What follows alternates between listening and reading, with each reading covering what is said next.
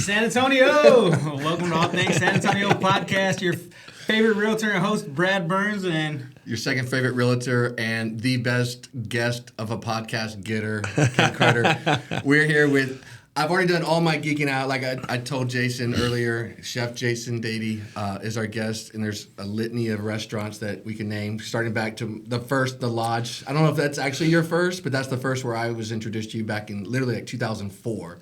All the way up to grand opening tonight of Ice Dady at the Rock with shaved ice. Too cold. It's stuck in my head. I'm like, Ice Dady. It's perfect. Thank you so much for making time. Absolutely. It's an honor to be here. I think it is an honor. Yeah. We start everyone the same way. Okay. It's an origin story. I'm a Air Force brat transplant. Been here. I feel like San Antonio is a magnet. Once you get here, you can't leave. It's got a real strong gravitational force. He's a southeast sider that doesn't think I know my sides of town. He's still learning his direction. Yeah. I'm gonna get him a compass for Christmas. So what's your origin story? How did you get to San Antonio? I was living in San Francisco in culinary school, about to finish and wrap that up. I had 2 weeks off, and my wife had to stay at work in San Francisco. I went to visit my friends in Dallas, and my wife's parents had just recently moved to San Antonio, so her mom could go to medical school. And so I was like, I'll go visit. I'll be a good son-in-law. I'll go visit my wife's parents. And I came down and just kind of was blown away by the city at that point in time. This was probably 2000. Okay.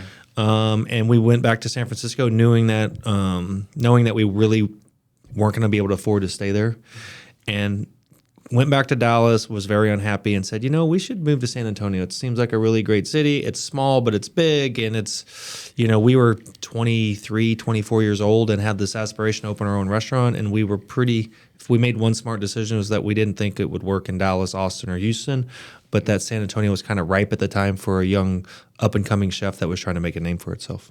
Yeah, we talked about that earlier, how you we're kind of like that transition. We had Andrew Weissman come on previously. Right. We talked about La Rev and how it blew up through like the New York Times, the viral way to go viral back in the day. Absolutely. And how did doing that transition like where was your inspiration behind that? Like you went to culinary school in San Francisco. Right. Yeah. I mean, the Lodge opened October 16th, 2001, and we really just thought that we were the shit. We really had big egos and big aspirations and wanted to be the best chef in San Antonio. And we kind of brought, I feel, a new style of dining to the city at the time, which was basically tasting menu focused. Yeah.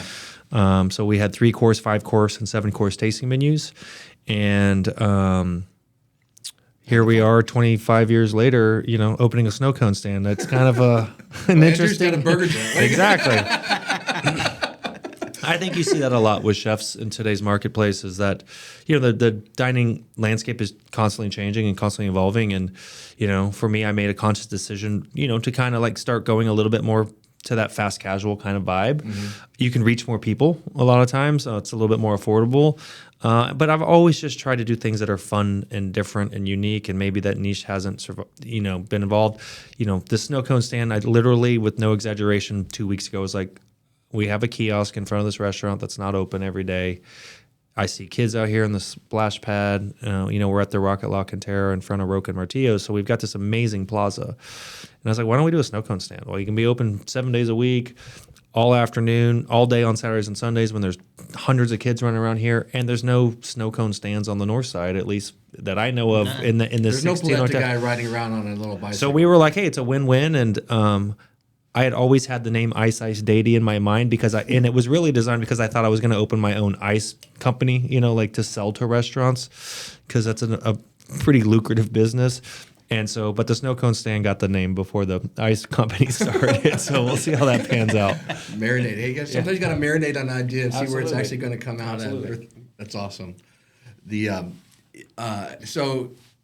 I remember the Lodge, you served a lot of like local-ish, like South Texas, like there was quail on the menu. Right. I remember that was, again, it was kind of the beginning point of people focusing on local ingredients. Did you? And it was such a, like, I don't know, I'm going to geek out and tell you. Like, the Lodge was such a specific type of house. It was a house, right? And it was like, it had that feel. Did you design the menu for the restaurant, or did you already have that menu in mind and found the place for it? I think a little of both, maybe. I mean, I knew what my style of cooking was, which at that time would be, and maybe still today, is considered modern American cooking. Kind of a loose term that just kind of says, yeah, I can cook whatever I want as long as it's, tasty enough and fancy enough. My background is a lot of like Northern Italian style, so I mean that's kind of the core of what I do. And it's funny because when we opened, I never thought of it as a wild game restaurant. And we had quail, we had duck, we had pheasant, we had wild boar, and we might even have done elk when we first opened. And then we started to get this kind of reputation as being a wild game restaurant, which would have been detrimental because at the end of the day, that's not something that people necessarily search out, especially if you're looking at it from the mass population wise. So we ended up scaling back and really doing pretty minimal things. I think for a while we only did the quail because it's a South Texas staple. So those are the weird evolutions. As far as the way that the menu is designed, we changed the menu every single day for probably the first 9 years. There wasn't a single day that went by where 1, 2, 3 dishes didn't change, which is another reason why after 11 years we felt it was time to walk away. It's hard to do that. It's a huge commitment, and it's like I cannot tell you how many times, like you asked me an email about a specific dish, and it was like, and I was like, oh, that's old school, that's classic. But there's so many dishes that people will be like, do you remember when you did this? I'm like, man, I have no recollection, no idea, because we came up with tens of thousands of dishes over a period of 11 years that I've probably forgotten more dishes there than I will create moving forward. But what a training ground too! Like, oh, it was the best. It's to kind of touch on like that kind of commitment to like diversity in your restaurant. Now, fast forward, you're on Grill Master and on these cooking shows, challenge shows, and everything. Like, how did that that's got to have been like made it like, oh, you got these ingredients. I've done 1,000 different dishes. Oh, 100%. I mean, to me, competition cooking has been pretty easy in a way. I mean, I think I've fared very well. The dishes I cook are definitely not what people think I'm going to do in a lot of the shows and episodes. So, which just shows my range, I guess. But yeah, at the end of the day, trying to come up with something on the fly, I've got a pretty good encyclopedia of things. But I also think that has a lot to do with kind of coming up in the old school way, right? We talked about like, I feel like I bridged the gap between the old school chefs and new school chefs. Old school chefs, I mean, we didn't have Google, right? We didn't have YouTube. So we literally read cookbooks and magazines religiously. And so the amount of cookbooks that I read is 100 times more than any young cooks right now in culinary school, because they're looking at it more from a television perspective, YouTube, which are great tutorials. But by reading cookbooks, you have an encyclopedia and an ingredient bank that you can give me a mystery basket, and I'm able to connect the dots pretty quickly. That's cool. That reminds me of like Prince, how he was talking about he wanted to open up a restaurant, so he went to Barnes and Noble and started off with books. Yeah, absolutely. The Mari Monte, I don't know, over. Oh yeah, of course. He's talking about Prince over there, not the singer. And maybe they both wanted to open a restaurant, right? That's what he said. He came to the country and he's like, I'm going to open a restaurant. So he literally went to Barnes and Noble, read a book, How do I open a restaurant? Right. I did the same thing. I probably have the same book somewhere. I bet, yeah. Yeah, I didn't read that book. Yeah. Yours was How to Eat at a Restaurant. Dude, exactly. Ken had a restaurant though. I did have one. It was a failure. It was tried to be a franchise, a local guy. Okay. That was really a Ponzi scheme at the end of the day. Yeah. He was taking this guy's money and doing the things he was supposed to be doing, and it was a great learning experience. Yeah. I used to like wait tables and all that shit, and I love the restaurant. But I think that's what also like he was in restaurants. He was a general manager of McDonald's. Okay. And it ties in something like we're customer service. Yeah, we talked absolutely. about that earlier. Like it's all about customer service. Common sense customer service. Customer service. Common sense hospitality is what we call it. Yes. Mm-hmm. We don't have hospitality. A lot of times people will get their egos, or restaurants or whatever will get their ego in the way, and somebody's just like, man, I just want my thing right. And they're like, no, it is right. Cooking a steak. It's like the coffee shop. Listen, at the end of the day, what I think is the perfect salt level for everybody's palates are different, and you just have to be able to accept that. Now, I think there's interesting lines that have been drawn that are kind of always moving. Of like, I'll use this snow cone thing as an example. Of what I mean is like I'm opening a snow cone stand. Let's say hypothetically somebody comes up and says, I want,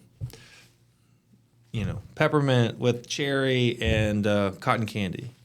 And then they eat it and they're like, I don't like this. It's not good. I don't want it anymore. You're like, well, you created it. Like, you created those 3 flavors. Like, I don't know. How am I responsible for you putting peppermint with cherry? Sure. And so, and that's kind of an evolving thing in the restaurant industry as well. I mean, at the end of the day, every restaurateur, every chef wants you to be happy, right? That's their only goal when you come in, is to leave satisfied, happy, that you felt value, that it's delicious. Right? Nobody wants you to leave unhappy, but it's it's unique. We wish that more people would give you the opportunity in the restaurant, sitting down, have an honest conversation, and certainly, a lot of times it's the server's fault. A lot of times it's the host's fault. A lot of times it's the cook's fault. A lot of times it's the chef's fault. It could be anybody's fault. It's regardless of whose fault it is. The goal of the restaurant and the goal of the industry is to have you have a great time. So, I always encourage people, like, if you're not happy, just raise your hand and say, I'm not happy. We want to make you happy. What can we do to make you happy? Mm-hmm. And 99% of people are reasonable in that situation. 1% of the people, the one bad apple that ruins it for everybody, like, I want my whole bill comped. I want my family's meal comp next month too. You're like, wait a second. You said your soup was cold. Okay, we can fix cold soup. But let's be reasonable about what it means to when restaurants make a mistake and the opportunity that you give them to make it right. Apologize. No, that's a big thing, I think. I mean, just from being at McDonald's and doing that, like, you realize quick, like, the customer isn't always right. Right. But you do what you have to do to try to make up for it. Absolutely. You just, listen, at the end of the day, you do your best to give them the experience that they come to expect. And, barbecue world, we were talking earlier, is like, it's crazy out there. Like, it's the amount of passion that people have for barbecue, and whether you're their style or you're not their style is, it's amazing to me. And I think it happens more in barbecue than in any industry. It's like somebody might write a positive article about Two Brothers Barbecue Market, and there's 10 people underneath it that's like, that make a point to say, no, that place actually sucks. And you're like, somebody just wrote something nice about us. It's okay to, like, they have a different opinion than you. It's okay if they're happy with it, so it's wild. But I also think that the general public is so jaded by it now that I don't think that negative reviews affect you the same way that they did 5 years ago or 10 years ago. I think now everybody reads a negative review and they're like, what kind of egomaniac took the time to write this? Like, what did Karen do wrong? Yeah. Right. And so, which is a positive turn in the right direction, I think. Yeah. If I see a negative review, I usually go to their Google profile and see other reviews they left, and if they only leave negative, I'm like, I'm not you discard it, right? Yeah. They don't. The word "they" is interesting here, but the folks that do that, I think, they don't realize that that's kind of. I do the same thing. I'm like, all right, this guy's talking mad smack. Let me see, was this a legitimate complaint, or was this? And then it's like, they go on there and they're like, my dog groomer was terrible. You're like, okay, well, you took the time out to. I know, it's wild. Yeah. So, like, we were talking about earlier, like, how you're able to get the word out and through social media and stuff like that. You've got you got Table Talk that you just started. What brought that about? Well, I mean, listen, at the end of the day, we've wanted to lean more into the social media world, and I'm comfortable in front of a camera, and so we're always pitching ideas. But the execution of it's very difficult, right? Yeah. The timing of it, the editing of it, it's a full-time job, and I have 6 other full-time jobs right now, so it was always hard for me to do it by myself. And we've got an amazing in-house marketing team, and we finally just said, rip the Band-Aid off, let's do this. And my team has done an amazing job, and they look great, and they're funny, and they're all very authentic because I don't know the questions. And so, it just would be like doing an interview like this. To me, having pre-knowledge of what you want to ask me makes me think about it versus let's be raw and real. So Katie comes up with all these questions I'm not allowed to ask, and it's been a lot of fun. We've really, really enjoyed it. And if he doesn't want to answer it, he has to take a shot of tequila. Yeah, I've had So the point, she's taken it kind of easy on me the last couple of weeks. I don't think on purpose, but we've talked about family and that type of stuff. But then she'll always sneak in. If I don't do one, she'll sneak in like one that I have to take a drink on. Like, well, which is your favorite kid? I'm like, well, of course I'm not going to say that online. They're all my favorite. Yeah, just not at the same time. Like that's as you parent, you come to understand that you love them all equally, but just not at the same time. But they think you have favorites. Oh, they all do for sure. And they all think it's the other one. Yeah, no, 100%. It's like, oh, you always let him get away with this. You always let her. I didn't get to do that. So your barbecue place is two brothers. Is that the total of the siblings? Is it just you and him, or do you have other siblings? Yeah, it's just me and my brother Jake. Yeah. So whose idea was it to start that? Did you go to him, or did he say, "Hey, let's do this"? Because he does a lot there, doesn't he? I'm kind of the psycho of like idea guy. You know, my brother and my wife are like the hey, tap the brakes, cowboy. You know, like let's think this through. So. But it's also very collaborative with the three of us. We're very fortunate that the three of us started this restaurant group together in 2001. We don't have any outside investors. We just kind of are doing everything and have grown organically for 25 years. So Two Brothers was basically started because we had the Lodge on Lock Hill Selma, and we had Bin 555 on Bitters. And so we drove West Avenue every day back and forth between the restaurants. And there was the old building there, and there was a for lease sign. I stopped in there. He was like, oh, my gosh, I just leased it last week. I left my number with him. He called me back 2 years later. He goes, my wife has kicked me in the butt every day for 2 years. Will you please open a restaurant here? We know who you are, etc. And for me, it was always a barbecue restaurant. It just felt like an old school barbecue joint. You got the trees in the backyard for shade. And at that point in time, my kids were pretty young, so I wanted a place that my kids could run around and I wouldn't be like feel terrible because the playground. Yeah, but I mean the Lodge was a super fine dining high-end restaurant. I couldn't have my kids running around there as people are trying to celebrate their anniversary or their birthday.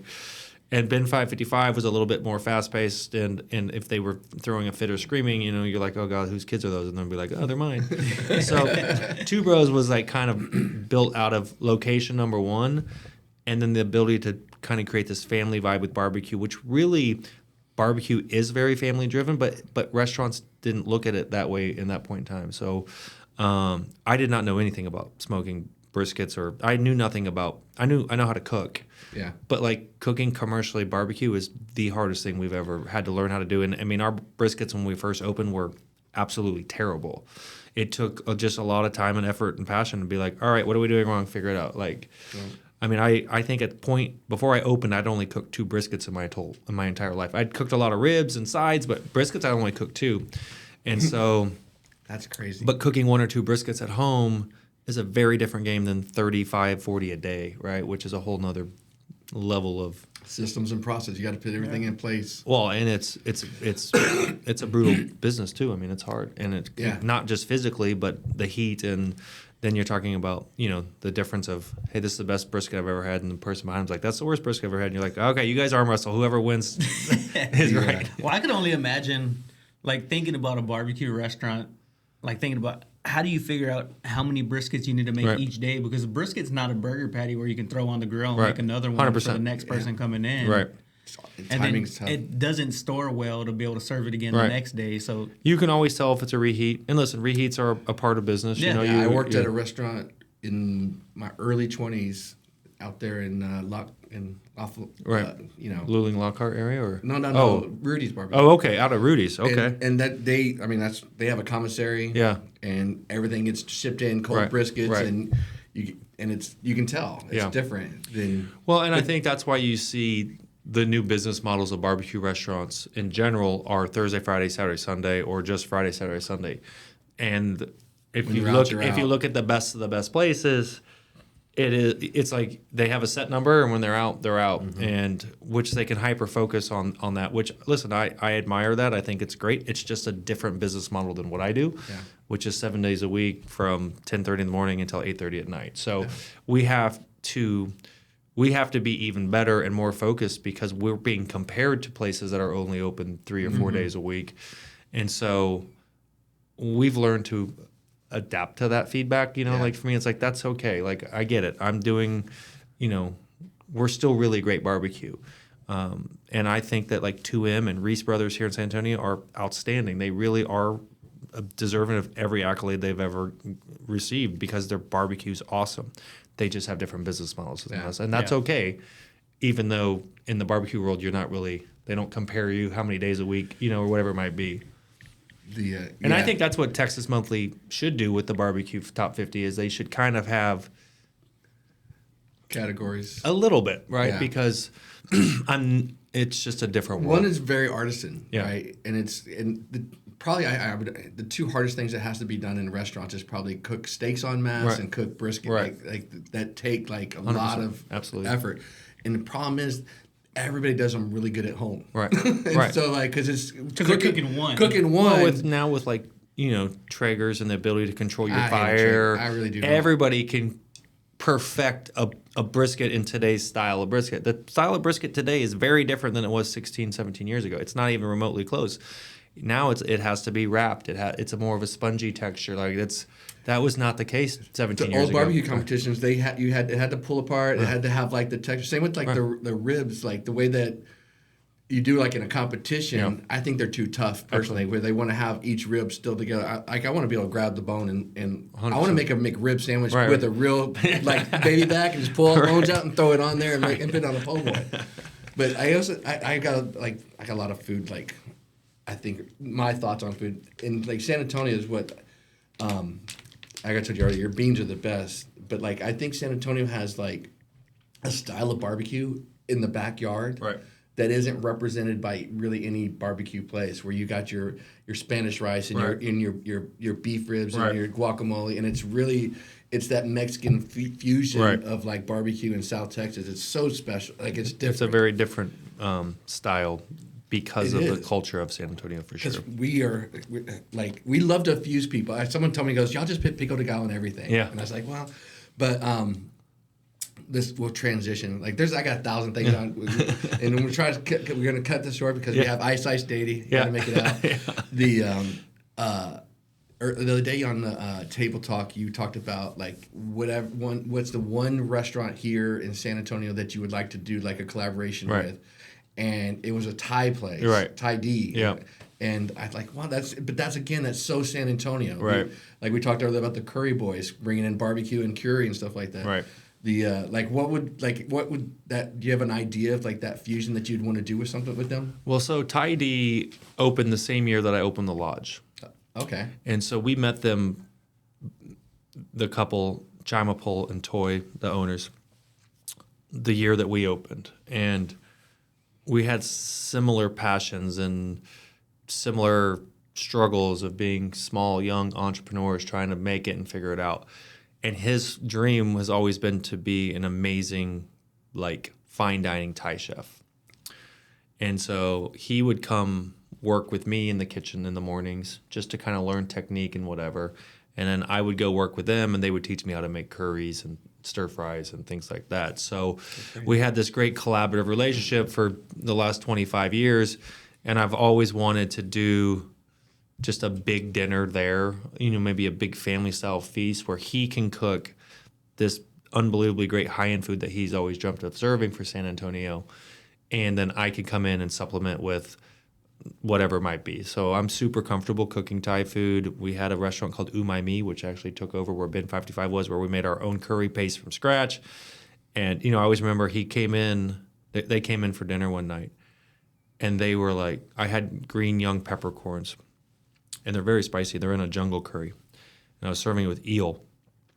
And he was like, how do you know how to cook this? He was like, how do you know this ingredient? And he's like, I'm confused. And I was like, well, I just have a passion for learning still about those types. If I'm going to do it, I want to learn as much as I can about the food and the culture of it. And then he was like, hey, don't make your own curry paste. Like, nobody does that. And so we didn't listen. But I think it would just be a lot of fun to showcase their restaurant. I love supporting local, small, independently owned restaurants as much as I possibly can because I know how hard it is. I know the struggles that they face. And so if we can do anything I can do to help shine the light on them, I'm always trying to do. Awesome. Yeah. Well, we did just now. Yeah. And it's the best Thai food in San Antonio, and I've been going there 25 years, consistently amazing. Any restaurant that lasts 25 years must be good. They're doing something. Yeah, absolutely. I couldn't keep one open for a year. Yeah. What's the average that a restaurant lasts? I know like businesses are a lot of times 2 years. I mean, listen, I think that you always hear statistics that are like, oh, 22% of restaurants survive 3 years or whatever that number might be. I don't really pay attention to that. I think that most restaurants sign either 3-year leases or 5-year leases, sometimes 10.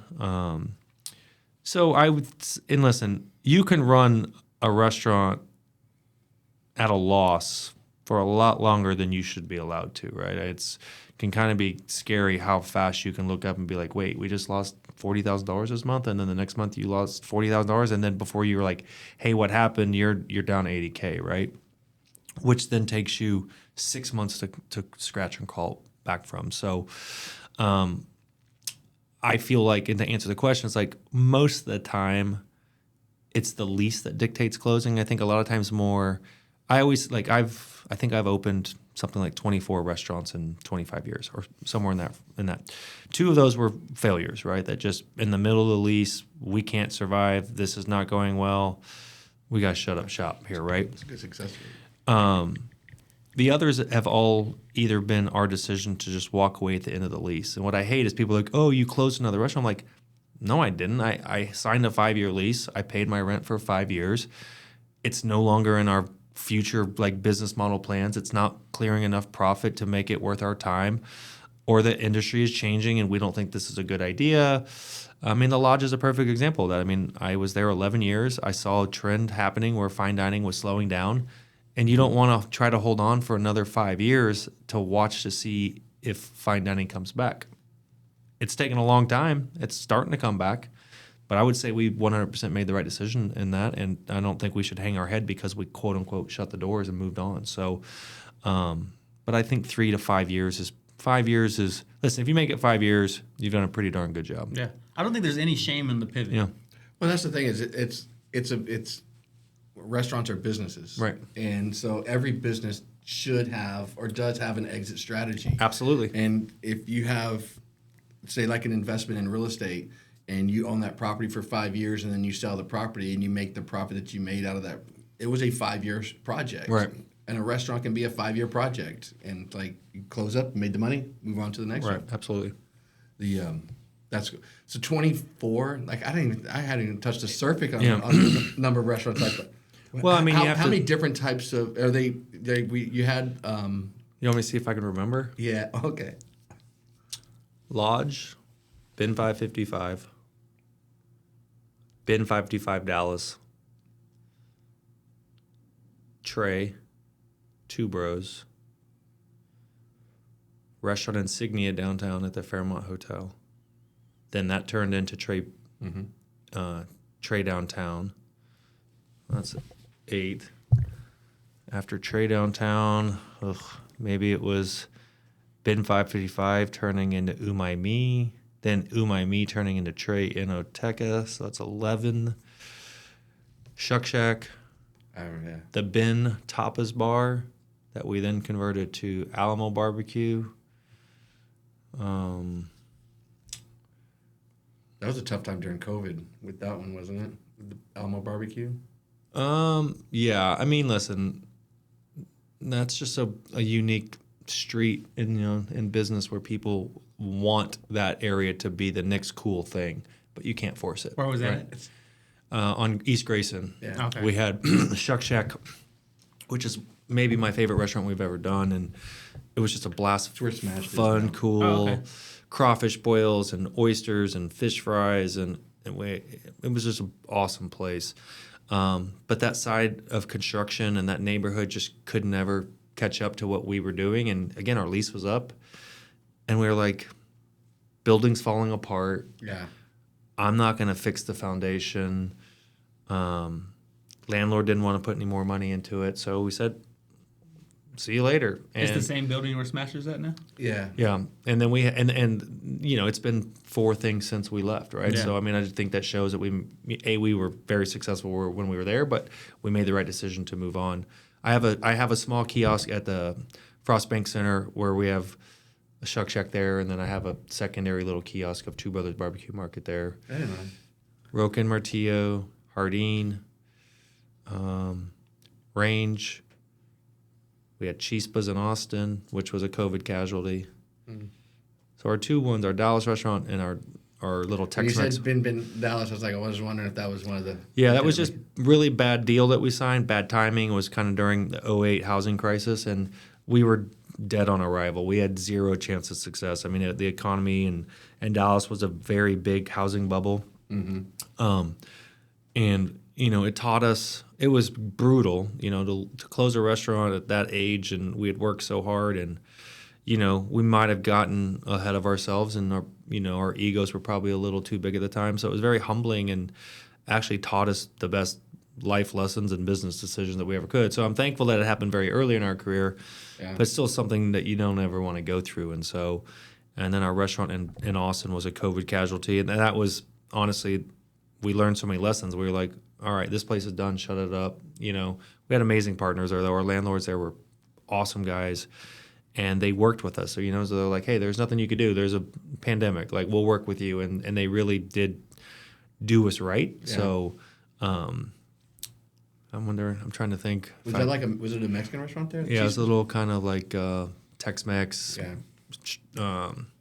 taco. It was tacos and Tex-Mex, basically. Yeah. And it was in a great location, but it just, we were open a year when COVID hit. So, and Austin, we knew our gut was that it was going to be a lot harder to open back up. And how do you manage your time, like with all the different, do you have, are you like, I'm going to be at this restaurant this day, I'm going to be over here? Or?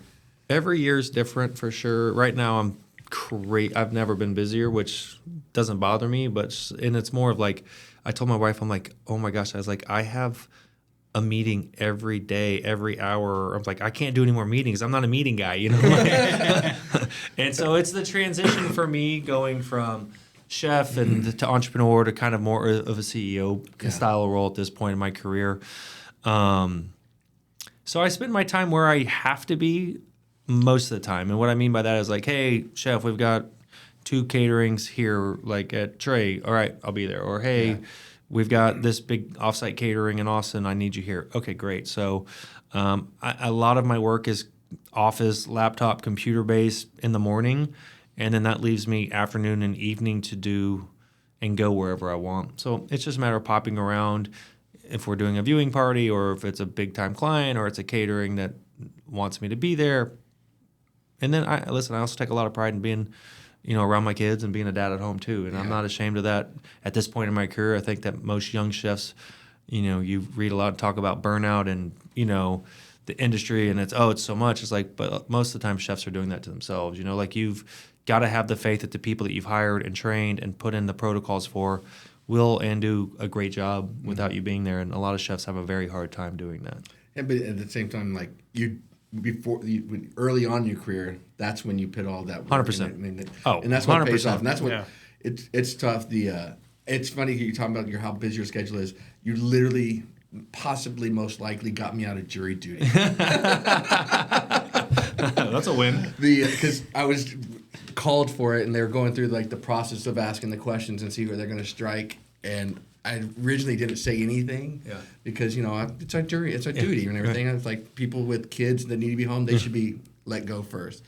And then the prosecutor, when she was done, she goes, did anybody look at your calendar and say, oh, this would be being here all week would be a tough thing? And I was like, what? I was like, I got a podcast in San Antonio with Chef Jason Dady, and her eyes lit up. Yeah. And I was like, got her. I'm going to use that one next time myself. I was like, but I told her at the end, I was like, he's super busy. I said, I don't know if I'll have another opportunity to get him on our podcast. And I'm sure as gracious as you've been, I know you would have made it. But I was like, it worked. It got me out. It's like, it was a bad case. That's a good story. Yeah. So I appreciate that. No problem. My pleasure. Common sense hospitality. Common sense hospitality. It's like, as soon as they were calling all the numbers, and I was like 44, and they called 39, I was like, oh shit. Yeah. And they go 45. I was like, I was like, let's go. So, that's funny. We want to make sure and check your time and everything. I know you got a lot of stuff going today at the Rock, so we appreciate you coming on. Absolutely. We have a couple questions that we ask everybody. Okay. And it's always tough for the chefs to answer this. It's tough. Well, So the first one is go to breakfast taco place. Oh, that's easy. That's the easiest question in San Antonio. Let's go. Maria's on Nogalitos. Maria's Cafe. It's a banger. It's the best. She's awesome. She's a gem. She's a South San Antonio legend. And her food is unequivocally the best breakfast tacos in San Antonio. There you go, Maria's Nogalitos. I tell Ken, like, the best Mexican food is south of 90. And my thing is, I tell people, like, if you're in doubt, find an old Whataburger that looks like this and it's now a taco place. It'll be okay. Those are the cheat codes for San Antonio. I don't know it honestly. And the funny thing is about her spot, it's so unique. It's so different. It's small. I mean, it can only seat maybe 24 guests max. And if you don't eat everything, she will be like, "What's your problem? Is there something wrong with the food?" And you're like, "No, Marie, I'm stuffed." Awesome. But all the tacos on the wall are kind of creations from a lot of different people throughout the years, and they all have like different names. And so you've like the best one is called the Joselito. It's half carne guisada with cheese, half chilaquiles with a slab of bacon, and her tortillas are unbelievably perfect. So Joselito at Maria's. Check it out. We're going to have to go try that. Yeah. I mean, we might have to. That may be the new gold standard. And this one is what? It doesn't matter the restaurant. Where's the shot of tequila? No. What is the best burger place in San Antonio? Wow, now you're really putting the pressure on me because I'll tell you that there is a right answer. For me, it's Pumpers. Pumpers, Stephen Bowers. You heard it? I haven't heard of it. Stephen Bowers Pumpers on Jones Avenue. Listen, my OG, one of my closest friends in the world, worked with us at the lodge. Stephen is one of the best chefs I've ever met when it comes to flavors. It's a little punk rock burger joint on Jones, right around the corner from the San Antonio Museum of Art. Is that the one that's like the adult burger place? Adult burger bar. I know exactly what you're talking about. Yeah. I've walked by it. And I'm too old to go to adult places. The Charles Jr. is. I do not like burgers with like barbecue sauce and onion rings on it, but they do one there that is like so freaking good. And then you have the Pumper number 1, Pumper number 2. And he's got a lot of other wild contraptions there, but amazing. Not to check it out. I've been meaning to check it out because we spend a lot of time in that area. Man, that's two brand new locations. Yeah, so absolutely. We always say Mr. And locally owned. Hey, listen, locally owned is the best. Listen, Mr. Juicy is amazing. Andrew is a genius. I mean, he's an OG 3-star Michelin chef in my opinion. It's crazy. I'm in awe and jealous that he gets to do that and not have to do this restaurant thing I'm still doing right now. But the reality of it is like for me personally, the Charles Jr. at Pumpers is my number one. Yep. Pumpers and Maria's on Nogalitos, the Joselito. Yep. You got to try them. Thank you so much. Absolutely. Jason. Thanks for having me, guys. Appreciate it. Hey, thank you very, very much. Thank you. Appreciate it. You come get your boozy snow cones later. He doesn't drink. Yeah. I'm not much of a drinker. But I'm definitely going to be there to get something there.